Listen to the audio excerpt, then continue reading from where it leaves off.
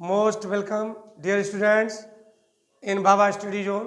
अब हम चलते हैं प्रेजेंट कंटिन्यूअस टेंस के इंट्रोगेटिव सेंटेंस की पैसिव बताने के लिए आइए देखते हैं फॉर्मेट के साथ। सबसे पहले बेटा हम हेल्पिंग वर्ब लिखेंगे इज, एम, आर। फिर हम सब्जेक्ट लिखेंगे, फिर वर्ब के फर्स्ट फॉर्म में आईएनजी करेंगे, फिर प्रीपोजिशन बाई करेंगे। बाई को बहुत अच्छा मैं पढ़ाऊंगा अभी, सॉरी। इसके बाद वर्ब के फर्स्ट फॉर्म में आईएनजी प्लस ऑब्जेक्ट, इसी में आपका आदर भी रहेगा। ये आपका क्वेश्चन मार्क। अब हम चलते हैं पैसिव वॉइस के फॉर्मेट पर। वही helping verb is, am, are पहले करेंगे, ऑब्जेक्ट पहले लिखेंगे, उसके पश्चात प्लस बीइंग करेंगे, प्लस वर्ब का थर्ड फॉर्म प्रीपोजिशन बाई, उसके पश्चात आपका आया हुआ सब्जेक्ट यहां लिख दिया जाए। सेंटेंस लेते हैं, बहुत इजी सेंटेंस जिसको आप समझने की कोशिश करेंगे ताकि बेसिक रूप से जानकारी आपको मिले। हमने देखिए बहुत इजी सेंटेंस हमने लिखा, ही इज टीचिंग हिंदी। वह हिंदी पढ़ा रहा है। ये आपका सब्जेक्ट है, ये आपका वर्ब है, ये मेन वर्ब है, हिंदी है। ये सेंटेंस आपका अफर्मेशन है। अब आप कहोगे सर मुझे इंट्रोगेशन में लाना है, तो हमने पहले सिखाया था लाने के लिए। तो इसी जो आपकी हेल्पिंग वर्ब है, ये जो है यहाँ पर कैपिटल में आ जाएगी, और ये जो आपका प्रोनाउन है ही, ये छोटा हो जाएगा। Is he teaching Hindi. अब ये सेंटेंस आपका तैयार, सेंटेंस तैयार हो गया। अब इसकी पैसिव वॉइस आपको बनानी है। तो जो हिंदी हमारा ऑब्जेक्ट है, हिंदी ऑब्जेक्ट जो है,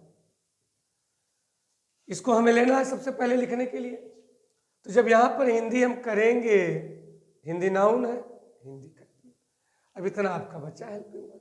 हेल्पिंग वर्ब हिंदी सिंगुलर है तो निश्चित रूप से इज को लेंगे, तो इज यहां कैपिटल हो जाएगा। देखिए पकड़ने के लिए मैं इतना दूर दूर लिख रहा हूं, इज हिंदी। बाद में क्या है, बीइंग, हमने बीइंग लिख दिया, बीइंग। वर्ब का थर्ड फॉर्म, वर्ब आपका क्या था जिसमें आईएनजी लगा था, टीचिंग। इसको हमने यहां पर टाट कर दिया। उसके बाद में प्रीपोजिशन बाई, सब्जेक्ट क्या था, ही का, हिम। क्वेश्चन हम इतना दूर दूर क्यों लिखे, दूरी बना के डिस्टेंस देकर इसलिए लिखे ताकि आप समझे। हेल्पिंग जगह पर हमने इसको लिखा, ऑब्जेक्ट के स्थान पर इसको लिखा, बीइंग यहाँ पर लिखा, वर्ब पे थर्ड फॉर्म को यहाँ लिखा, और प्रीपोजिशन बाई। हमारे ख्याल से आपके समझ में आ रहा होगा। कॉपी कलम उठा लीजिए, लिखते चलिए। दूसरा सेंटेंस आपका सिंगुलर वाला हो गया, एम आई टीचिंग यू। क्या मैं आपको पढ़ा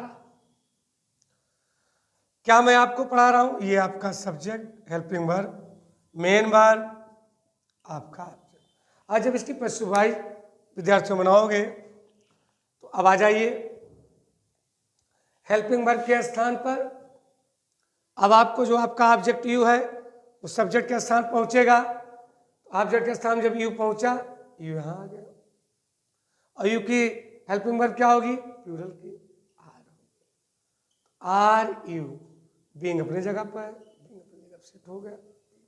वर्ब का थर्ड फॉर्म टीच का, आर यू बीइंग टाइट। अब हमने वहां पर आपको ऑब्जेक्ट नहीं दिया, अब आपके समझ में आ गया होगा, नहीं दिया है, सॉरी। तो एम आई टीचिंग यू, एक ऑब्जेक्ट और देना था हमें, तो आपको डायरेक्ट ऑब्जेक्ट और इनडायरेक्ट ऑब्जेक्ट का मैं ज्ञान करा देता लेकिन एक ही ऑब्जेक्ट दिया, तो are you being taught, preposition by और आई के मी हो गया, are you being taught by me. तीसरा सेंटेंस है आपका एम पर हो गया, इज पर हो गया, आर पर आते हैं। आर दे टीचिंग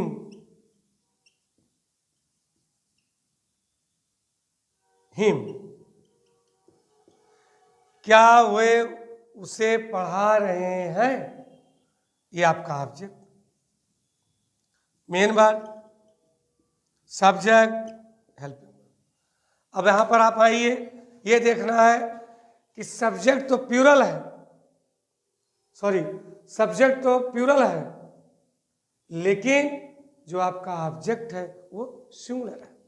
तो आपका ऑब्जेक्ट सिंगुलर है, तो जब सिंगुलर ऑब्जेक्ट है, हिम उधर जाएगा तो ही ले लेगा स्थान अपना, तो निश्चित रूप से सहायक क्रिया इज हो जाएगी। इज ही बीइंग, टीचिंग का taught, is he being taught by them. इसका हिंदी में अर्थ हुआ, अनुवाद हुआ, क्या वे आर दे टीचिंग हिम, क्या वे उसे पढ़ा रहे हैं। जब पैसिव बनेगी, क्या वह पढ़ाया जा रहा है उसके द्वारा। इस प्रकार से आपके तीनों हेल्पिंग वर्ब की हमने इंट्रोगेटिव सेंटेंसेस की पैसिव आपको सिखाया। और जब इंट्रोगेटिव नेगेटिव की जाएगी तो ज़्यादा बहुत बड़ा फॉर्मेट नहीं होता है, लेकिन अभी आप कंफ्यूज हो जाएंगे। इतना बहुत है, इसका स्क्रीन शॉट ले लीजिए और सीखिए। Thank you.